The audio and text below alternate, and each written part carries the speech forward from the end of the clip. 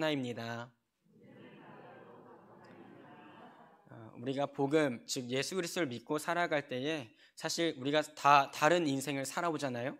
연령도 다르고 살아온 환경도 다르고 받은 상처도 다르고 누리는 것도 다르고, 그러나 성경에서 말하는 이 정답은 오직 예수 그리스도밖에 없습니다. 그 이유는 무엇이냐면 예수라는 그 길 말고는 우리가 천국으로 갈 수 있는 다른 길은 없기 때문입니다. 그래서 우리가 이 시간 각각 다른 문제들을 갖고 왔지만 예수라는 정답에 우리의 삶을 맞추는 시간이 되기를 소망합니다. 특별히 오늘은 이 민수기 21장을 가지고 어리석은 일이라는 설교 제목으로 강단에 섰습니다. 우리가 한 번쯤은 다들 들어보셨을 본문이거나 이 말씀일 것입니다. 어떤 이야기입니까? 이 광야에서 계속 도는 게 사실은 힘들잖아요. 특히 우리 대한민국은 사막이나 이런 불모지가 별로 없기 때문에 눈을 뜨면 수락산, 눈을 뜨면 어디산, 다 산이 보이잖아요. 요즘은 건물이 워낙 높아서 잘 보이진 않지만, 근데 이 광야에서 걷는다는 것이 사실은 굉장히 힘들고 고되고 금방 가나안 땅에 들어갈 줄 알았는데 하나님이 계속 돌리시는 거예요. 그 와중에 이 백성이 어떻게 생각합니까? 하나님과 모세를 향하여 원망하되 어찌하여 우리를 애굽에서 인도해 내어 이 광야에서 죽게 하는가? 이곳에는 먹을 것도 없고 물도 없도다. 우리 마음이 이 하찮은 음식을 싫어하노라 하매. 지금 이 백성들의 불평이요, 이유 있는 불평인가요? 아니면 이유 없는 불평인가요? 네, 이유 있는 불평이에요. 진짜로 광야에는 물도 귀했고 먹을 것도 귀했습니다. 그리고 광야에서 돌다 보니까 농사를 지을 수 있는 환경도 아니고 이제 의지해야 할 것은 하나님이 주시는 만나와 메추라기인데 맨날 같은 걸 먹으면 질릴까요? 안 질릴까요? 안 질려요, 안 질려요. 여러분 밥 질리세요? 질려요. 네, 맨날 똑같은 걸 먹으면은 질리는 거예요. 사실 이들 마음에는요, 이 음식에 대한 질림보다는 하나님에 대한 원망과 불평이 더욱 앞선 것이죠. 거기다가 이제 무엇이 합쳐졌습니까? 합리적인 이유까지 합쳐진 거예요. 봐라, 우리는 물도 구걸해서 하나님께 구걸해서 먹어야 되고 먹을 것도 하나님께 구걸해서 먹어야 된다. 이제 우리는 더 이상 하나님이 주시는 것을 먹고 싶지 않다. 이것은요, 비단 이때 당시 이스라엘 백성뿐만 아니고요, 우리 안에 있는 불만이기도 합니다. 우리가 예수를 믿고 따라 산다고 교회에 나오고 예배를 드리지만 우리 인생에 잘 풀리지 않을 때 우리가 하나님한테 어떻게 불평불만해요? 하나님, 제가 예배도 잘 드리고 11조도 하고 헌금도 하는데 왜 우리 가정은 어려워집니까? 이유 있는 불평이에요? 이유 없는 불평이에요? 대답하기엔 좀 그렇죠. 네. 이유 있는 불평이죠. 내가 분명히 하나님께 이렇게 잘하고 있는데 왜 내 현실엔 문제가 계속 생깁니까? 이스라엘 백성도요, 우리가 이렇게 고생하고 있는데 도대체 하나님은 왜 단일 메뉴를 택하셔서, 마치 식당에 여러 명이 가면 김치찌개로 통일해야 빨리 나온다고 그 단일 메뉴 계속 똑같은 것만 주시는 거예요. 만나 아니면 메추라기. 물도 막 목이 마르다 해야 하나님이 우물로 인도하시고. 이 얼마나 불평이 나올 수밖에 없는 삶입니까? 근데 이것을 보시고요, 하나님은요, 그들 안에 너의 삶의 어려운 문제, 그것이 이 죄의 근원이 아니고요, 그 안에서 무엇이 있습니까? 내 삶과 나의 이 먹는 것의 해결, 내 삶의 방식의 해결을 이제 하나님의 뜻에 맞추고 싶지 않은 이 죄인의 불순한 동기를 보시는 거예요. 이 어떻게 표현합니까? 우리 마음이 이 하찮은 음식을 싫어하노라 하매. 지금 이 만나와 메추라기에 이스라엘이 수고한 게 있습니까? 없습니까? 없어요. 이스라엘에서 출애굽 시켜달라고 누가 뗐었어요? 모르실 수도 있으니까 이스라엘이 뗐었어요. 물론 하나님의 계획 가운데 있었지만 이스라엘이 우리 더 이상 종으로 살 수 없습니다. 주님, 우리를 잊어버리셨습니까? 근데 그 때가 차니까 하나님이 그들의 부르짖음을 들으신 거예요. 그리고 모세를 세워서 출애굽을 시켰습니다. 그들이 먹을 것이 없을 때 무료로 그 하늘에서 만나를 주셨습니다. 이스라엘 백성 말고는 그 만나를 먹어본 사람이 없음에도 그들은 일하지 않음에도 빵을 먹을 수 있었고 일하지 않음에도 메추라기를 먹을 수 있었습니다. 이것은 하나님의 은혜라고 얘기하는 것입니다. 그들이 은혜를 누리는 와중에 이제 그 마음이 변절되어서 합리적인 이유를 가지고 하나님께 어떻게 얘기합니까? 그 주신 은혜를 이렇게 표현하는 거예요. 이 하찮은 것, 이 실증나는 것, 이 질리는 것, 이것은 우리 마음을 더 이상 흡족하게 하지 못합니다. 즉 이렇게 표현할 수 있는 거예요. 나중에 좀 더 다루겠지만 우리가 교회에 나와서 예수를 매일 듣고 매번 듣고 예수로 살아야 된다고 얘기하는 것, 그것이 너무나 많이 듣다 보니까 우리 마음에 질리는 거예요. 예, 강도사님, 예수가 정답인 것 알죠? 제가 교회를 얼마나 다녔는데요. 네, 전도사님, 예수가 얼마나 중요한지 저희도 알고 있습니다. 하지만 우리 삶이 해결되지 않잖아요. 이제 그것은 나에게 우리가 직접적으로 표현하진 않지만 그것을 우리 마음에 하찮다라고 생각하는 것이죠. 예수가 중요한 것도 알고 예수가 은혜인 것도 알고 예수를 또 들어야 된다는 것은 알고 있지만 그것이 이제 제 마음에는 질립니다. 그 예수라는 단어가 내 삶을 변화시키지 못하는 것 같습니다. 그 예수라는 단어가 내 가정에 내가 정말로 풀리고 해결돼야 할 문제를 해결하는 데는 힘이 없는 것 같습니다. 그것은 하찮은 음식과 같습니다 라고 얘기하고 있는 것입니다. 그렇게 불평하고 있을 때 하나님은 어떻게 움직이십니까? 여호와께서 불뱀들을 백성 중에 보내어 백성을 물게 하심으로 이스라엘 백성 중에 죽은 자가 많은지라. 하나님은요, 자신의 은혜를 거절하고 다시 죄인의 길로 걸어가는 그것을 결탄코 가볍게 여기지 않으십니다. 바로 불뱀을 보내십니다. 많은 학자들은 이 뱀의 독사에게 물린 그 통증이 마치 불에 타는 것 같아서 불뱀이라고 표현했을 것이다. 혹은 이 광야에 있는 어떤 우리가 알지 못하는 뱀의 한 종류였을 것이다. 그때 당시 불뱀이라고 불리었던 이 뱀의 종류였을 것이다. 하지만 그것은 중요하지 않습니다. 정확히 중요한 것은 이 불뱀에게 물린 백성은 반드시 죽었다는 것입니다. 그것도 적은 수가 아니라 죽은 자가 많은지라. 갑자기 경험해 본 적 없던 이 충격이 이스라엘 백성 가운데 찾아왔습니다.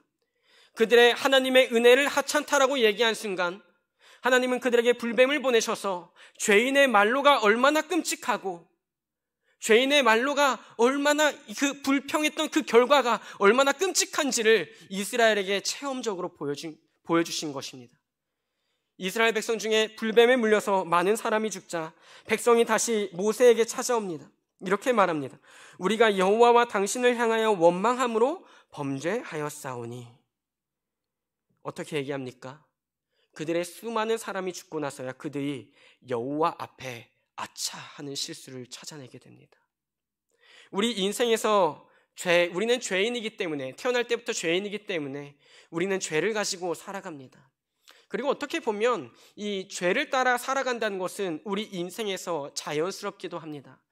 감사한 것보다는 불평할 때가 많고 내게 있는 것을 생각할 때보다는 내게 없는 것을 채우고 싶어하는 게 죄인의 본성입니다. 근데 그 죄의 말로를 눈앞에서 보게 된다면 우리는 두 가지 선택을 할 수 있습니다. 그 죄를 끝까지 우기거나 그 죄의 끔찍한 말로를 보고 나는 저렇게 되면 안 된다는 경각심이 생긴다는 것입니다. 이 백성들이 수많은 사람들이 죽고 나서야 모세에게 찾아와서 당신을 향하여 원망함으로 범죄하였다라고 자백합니다. 그러므로 여호와께 기도하여 이 뱀들을 우리에게서 떠나게 하소서. 모세가 백성을 위하여 기도하며 8절에 여호와께서 모세에게 이르시되 불뱀을 만들어 장대 위에 매달아라. 물린 자마다 그것을 보면 살리라. 모세가 놋뱀을 만들어 장대 위에 다니 뱀에게 물린 자가 놋뱀을 쳐다본즉 모두 살더라. 여러분 한번 생각해 보세요. 여기 안에 이제 제가 뱀을 풀었습니다. 그럴 일은 없겠지만 살모사나 저도 사실 뱀을 본 적은 별로 없거든요. 이 머리가 삼각형이면은 이 독사라고 하잖아요. 자, 뱀을 풀고 이제 죄 지은 사람 다 죽을 것입니다. 그래서 여러분이 만약에 다 물렸다고 이제 쳐보세요. 그때 갑자기 제가 여기 서랍에서 막대기 하나를 꺼내더니 이거 보면 삽니다 하면 보실 분 계신가요? 이걸 왜 보세요? 이걸 왜 보시냐고요? 뱀에 물렸는데 제가 막대기 들고 이거 보면 삽니다 하면 이거 보고 계실 거예요? 보고 계신다고요? 처음엔 소리에 놀라서 보신다. 소리에 놀라서 보실 수도 있죠. 하지만 이 막대기는 아무 근거가 없습니다. 이 막대기 보는 건 아무 근거가 없는 거예요. 근데 하나님은 지금 어떤 얘기를 하세요? 그 장대에 놋뱀을 만들어서 그것을 보는 자는 산다고 외쳐라 라고 얘기하고 있는 것입니다. 수많은 사람들이 있습니다. 얼마나 높은 장대에 노뱀을 매달아야 될까요? 10m짜리요? 20m짜리요? 그것으로는 저 끝에 있는 사람은 보지 못할 것입니다. 애초에 이 장대는 누군가 봐서 사는 것이 아닙니다. 그 반응, 이 장대에 매달린 노뱀을 보는 사람은 살 것이다라는 그 믿음의 반응을 원하시는 것이죠. 그럼 이렇게 얘기할 수 있습니다. 그러면 내가 믿음으로 보는 행동을 했기 때문에 내가 구원받는 것입니까? 이 이스라엘 백성이 이 소리를 듣고 장대에 매달린 노뱀을 보며 산다는 이 소리를 듣고 움직였기 때문에 구원받은 것 아닙니까? 무슨 얘기를 하고 있는 것입니까? 나에게도 구원을 받을 공로가 있다고 얘기하고 싶은 것입니다. 그럼 한번 생각해 볼까요? 그 막대기를 보고 구원을 받았더라면 자신이 분명히 그 보는 수고가 있습니다. 하지만 그 막대기는 아무 의미가 없습니다. 그것을 본다고 해서 뱀에 물린 것이 어떻게 치료받을 수 있습니까? 하지만 그 막대기를 보는 행동을 하나님은 불순종이 아니라 순종으로 여기시고 의로 여기시고 그것을 치료해 주시는 것입니다. 아무 의미 없는 막대기를 보는 그 행동으로 말미암아 구원받는 게 아니라 그 막대기를 보는 사람은 치료받는다는 하나님의 약속의 능력이 있는 것입니다. 그래서 신약에서 예수님은 자신에 대하여 이렇게 설교하십니다. 모세가 광야에서 뱀을 든 것 같이 인자도 들려야 하리니 이는 그를 믿는 자마다 영생을 얻게 하려 하심이니라. 이 구약의 노뱀 사건을 예수님이 친히 인용하시면서 자신도 이 노뱀처럼 막대기에 매달려야 할 것이다. 그들이 이 십자가를 봐서 구원받는 것이 아니라 십자가에 매달리신 예수를 믿는 자는 영생을 얻는다는 그 하나님의 약속, 그 약속의 능력이 있기 때문에 이 십자가를 보는 자는 구원을 얻는 것이다. 우리가 아프다고 병원에 찾아갑니다. 하지만 병원에 찾아간다고 해서 병이 낫는 것은 아닙니다. 의사가 실력이 있어야 하고 수술이 필요한지 진료를 해야 합니다. 다 의사의 손에 처방에 달린 것처럼 우리가 예수님을 본다고, 우리가 예수님을 믿는다고 하는 것에는 아무 공로가 없습니다. 그래서 우리가 이 칼빈주의라고 얘기할 때 이 칼빈은 이 믿음에 대해서 이렇게 얘기합니다. 믿음은 도구일 뿐이다. 어떤 도구요? 예수님을 바라볼 수 있는 도구. 하나님이 정하신 방법, 구원의 방법이라는 것입니다. 예수라는 밥이 있다면 예수라는 밥을 풀 수 있는 도구. 그것이 믿음이다 라고 얘기하는 것입니다. 그 믿음이 왜 효험 있고 능력 있다고 얘기합니까? 우리가 왜 교회에서 믿음을 가져야 된다고 얘기합니까? 그 하나님이 주신 믿음만이 십자가에 매달리신 예수님을 온전히 바라볼 수 있는 힘이 있기 때문입니다. 그것은 하나님이 정해주신 방법이고 규칙입니다. 하나님, 우리는 우리 힘으로 구원을 얻고 싶습니다. 노력하셔도 됩니다. 하지만 그것은 여러분은 구원할 수 없습니다. 예수라는 정답 말고는 우리를 천국을 소망하게 할 수 있는 것은 아무것도 없는 것입니다.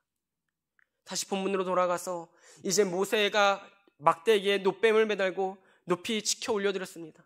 많은 사람들이 퍼지면서 노뱀을 보면 산다, 노뱀을 보며 산다 외쳤을 것입니다. 이제 뱀에 물려서 죽어가던 쓰러지던 사람도, 바닥에 엎드려서 이제 죽기 직전의 사람도 노뱀을 보면 산다라는 그 외침이 들리는 쪽으로 고개를 들었을 때 하나님은 그를 즉시 치료해 주시는 것입니다. 그가 바라본 그 노뱀 쪽에 하나님의 약속이 이미 성취되고 있었던 것입니다. 오늘 우리의 구원의 문제도 그렇습니다. 우리의 삶에 죄가 만연하고 죄가 가득합니다. 마치 불뱀에 물리면 반드시 죽는 것처럼 죄가 있다면 우린 반드시 지옥에 던져질 수밖에 없습니다. 성경은 그것을 분명히 칼같이 얘기하고 있는 것입니다.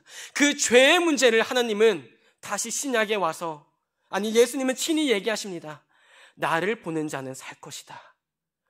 구원의 문제에 끙끙 앓고 있는 자, 이제 불뱀에 물려서 죽을 것만 기다리는 자, 이제 죄인이어서 지옥에 가는 것밖에 방법이 없는 자, 예수 그리스도의 십자가를 바라보면 살 것이다.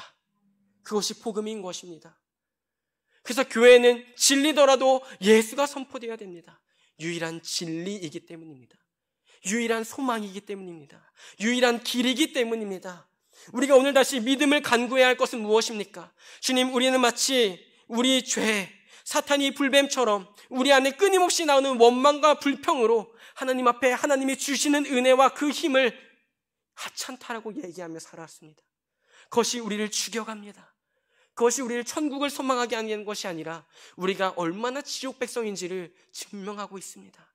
그러나 주님, 이 강단에서, 이 교회에서 예수라는 정답이 선포됐을 때, 예수라는 이 장대에 매달린 노뱀이 선포됐을 때, 그 외침이 들려질 때에 들리는 은혜를 우리에게 주시고 그것으로 고개를 향할 수 있는 믿음을 더하여 주시옵소서. 그때 우리가 고개 돌린 것에 내가 고개를 돌렸으니까 살았지가 아니라 내 의미 없는 고개 돌림에도 하나님은 약속하셨기 때문에 나를 구원하실 줄 믿습니다 라고 고백하는 것입니다. 하지만 이게 아까 말씀드렸듯이 얼마나 미련한 방법입니까? 뱀에 물렸는데 노뱀을 쳐다보는 것, 세상은 믿지 않습니다. 그래서 성경은 이렇게 기록합니다. 십자가의 도가 멸망하는 자들에게는 미련한 것이요 구원을 받는 우리에게는 하나님의 능력이라. 우선 뒤에 말도 중요하지만 앞에 말도 중요합니다. 멸망하는 자들에게, 그리고 그 뒤에 구원을 받는 우리에게는. 이 십자가는요, 세상이 보기엔 가장 미련한 방법입니다. 2000년 전에 한 사람이 이 땅에 태어났고 그 사람이 반란죄로 십자가에서 죽었습니다. 그 사람이, 근데 기독교는 구세주라고 얘기하고 있는 것입니다. 이것을 세상 사람들이 어떻게 이해할 수 있고 어떻게 그것을 믿겠습니까? 반면에 우리는 왜 그것을 믿고 있습니까? 말도 안 되는 일이죠. 아까 얘기했듯이 오늘 이 저녁에 제가 든 볼펜을 본다면 여러분들은 다 천국에 갈 수 있습니다. 그것은 불가능한 일입니다. 말도 안 되는 미련한 일입니다. 마치 십자가의 사건이 이렇다는 것입니다. 그러나 우리가 이 십자가의 사건을 미련한 일로 여기지 않고 우리에게 이것은 우리의 하나님의 능력입니다라고 얘기하는 것은 하나님의 전적인 은혜입니다. 하나님이 우리에게 성령을 주셔서 우리의 거듭난 이성으로 하나님을 온전히 보게 하는 것입니다. 성경 말씀을 들을 때에 세상이 보기에는 하나의 판타지 소설과 같고 하나의 신화처럼 여깁니다. 하지만 우리에게 천국과 지옥은 가장 실존적인 문제입니다. 제가 한번 중고등부 사역을 할 때 천국 얘기를 몇 주 이렇게 했습니다. 물론 그때는 혈기가 더 넘쳐서요. 대부분 주제가 뭐냐면 너희들은 천국 못 가 얘기했습니다. 너희들은 천국 못 갈 확률이 굉장히 높다. 근데 난 갈 건데 뭐 이런 식으로 설교를 했어요. 근데 그때 얘기하면서 한 학생이 전도사님은 왜 천국 얘기만 하세요? 저희는 중간고사도 중요하고 기말고사도 중요하고 이제 수능도 중요합니다. 저희한테는 현실적인 얘기입니다. 그래서 제가 그때 반 진담 반 농담으로 나도 보이는 걸 어떡하냐, 네가 지옥으로 걸어가는 게 나한테 현실적인 문제인 걸 어떡하냐. 그리고 그 친구가 전 지옥 안 가요. 지옥 안 가요. 왜? 저 예수 믿거든요. 그러는 거여서 진짜? 그랬더니 그 친구가 전사님 저 그렇게 안 보여도 저 예수 믿어요. 정말 너 할렐루야다 야. 그렇게 했던 기억이 있습니다. 이 기독교 안에서는요, 천국과 지옥만큼 현실적인 얘기가 없습니다. 기독교 안에서는요, 예수 그리스도의 십자가만큼 정말로 복음에 확증되는 것이 없습니다. 하나님이 우리를 어떻게 사랑하시는가, 하나님이 도대체 나를 얼마나 사랑하시는가, 다른 것 살펴볼 필요 없습니다. 그 하나님이 하나밖에 없는 아들을 십자가에 못 박으실 만큼 여러분을 사랑하신다는 것, 그 사건 하나로 하나님의 사랑이 확증되는 것입니다. 우리 안에 하나님의 사랑에 대한 원망과 불평함이 있고 우리 삶의 문제가 너무나 가득 넘칠 때 하나님은 정말 우리를 사랑하십니까? 강단에선 예수님이 당신을 사랑하십니다라고 얘기하는데 왜 나는 그 사랑을 알지 못하고 누리지 못하고 있는 것입니까? 라고 물어볼 때 하나님은 다른 얘기 절대 하시지 않습니다. 딱 하나, 다시 십자가 위를 봐라. 그곳에 누가 못 박혀 있는지. 내 하나밖에 없는 아들, 내 아들을 주고도 아깝지 않은 게 너라는 존재이기에 난 너를 택했어. 자기의 하나밖에 없는 아들을 택하신 게 아니라 구원의 방법으로 자신의 아들을 주는 방법을 하나님은 택하신 것입니다. 세상은 얘기하죠. 죄인과 원수를 위해서 누가 자기의 아들을 주는 미련한 일을 행하겠느냐. 하지만 친히 하나님은 그것을 행하셨습니다. 그래서 예수님은 오늘 얘기하실 수 있는 것입니다. 인자도 광야에 그 모세가 막대기를 들었듯이 나도 들려야 한다. 내가 그 막대기에 못 박힌 것, 그것이 아버지의 사랑의 방법이었고 본인의 사랑의 방법이었고 우리에게는 구원의 유일한 방법이었기 때문에 예수님도 괴로우셨겠죠. 예수님도 힘드셨겠죠. 하지만 그 길을 피하지 않으셨습니다. 우리를 구원할 수 있는 방법이 그것밖에 없었기 때문에, 그것뿐이었기 때문에 예수님은 그 길을 택하신 것입니다. 오늘 우리가 다시 바라봐야 할 것은 우리 삶의 문제가 아닙니다. 저도 어느 정도 삶의 문제가 얼마나 치열하고 어렵고 또 세상이 얼마나 차가운지 얼마나 냉정한지 이제 조금 어렴풋이 알아가고 있습니다. 그럼에도 사역자로서 누리는 은혜가 무엇입니까? 말씀을 준비하고 묵상하면서 다시 그 시선을 먼저 옮기는 것입니다. 주님, 나부터 먼저 이 놋뱀을 보며 산다는 하나님의 복음이 들리게 하여 주시옵소서. 십자가에 매달리신 예수님을 믿어야 산다는 그 복음이 내게 들려지게 하여 주시옵소서. 세상의 문제를 먼저 놓고 바라본 것이 아니라 내 안에 정말 예수 그리스도를 나의 유일한 정답으로 믿고 따라가고 있는지 그 믿음을 내게 먼저 허락하여 주시옵소서. 그리고 나서 삶의 문제를 해결해 나가는 것입니다. 예수란 정답을 붙잡고 예수란 정답에 내 삶을 맞춰가며 그 문제들을 해결해 나가는 것입니다. 말씀을 마무리하려고 합니다. 광야에서 하나님은 가장 어리석은 일, 어리석은 방법으로 이 백성의 이 죽을 수밖에 없는 백성을 구원하십니다. 이 놋뱀을 쳐다보면 산다. 놋뱀을 쳐다보면 산다. 그 놋뱀을 쳐다본 백성은 결말이 어떻게 되겠습니까? 뱀에게 물린 자가 놋뱀을 쳐다본 즉 모두 살더라. 그게 하나님의 구원의 계획이고 은혜의 방법이었습니다. 신약에서는요, 십자가에 매달리신 예수 그리스도를 믿는 자마다 멸망치 않고 영생을 얻게 하려 하심이라. 요한복음 3장 16절의 말씀이죠. 이것으로 바뀌는 것입니다. 오늘 우리에게도 이 방법은 똑같습니다. 우리가 십자가에 달리신 그 예수님이 당신의 죄를 짊어지고 죽으셨다는 이 복음, 그것을 붙잡아야 우리는 삽니다. 붙잡을 힘도 능력도 우리에겐 없으니 어떻게 고백해야겠습니까? 주님, 내게 믿음이라는 선물을 더하여 주시옵소서. 오늘 다시 놓쳤던 예수를 붙잡게 하여 주시옵소서. 오늘 다시 지옥으로 갈 수밖에 없는 내 인생인데, 아무리 뒤지고 뒤져봐도 죄밖에 없는 내 인생인데, 하나님의 은혜를 하찮다고 얘기했던 내 인생인데, 다시 그 하나님의 은혜를 누리고 지옥을 바라보며 가는 것이 아니라 길을 바꿔서 제 제자가 얘기했듯이 저 지옥 안 가요. 저 천국 가요. 왜? 저 예수 믿거든요. 그 한마디 고백이 전 그 친구를 천국으로 끝까지 이끈다고 아직까지도 믿고 있습니다. 그렇게 살아내진 못할지언정, 살아낼 능력은 없을지언정 나를 예수님이 붙잡고 계시다는 것, 그 은혜가 오늘 이 저녁에 여러분의 삶의 문제를 모두 덮고도 넘치는 예배 되기를, 저녁 되기를 소망합니다.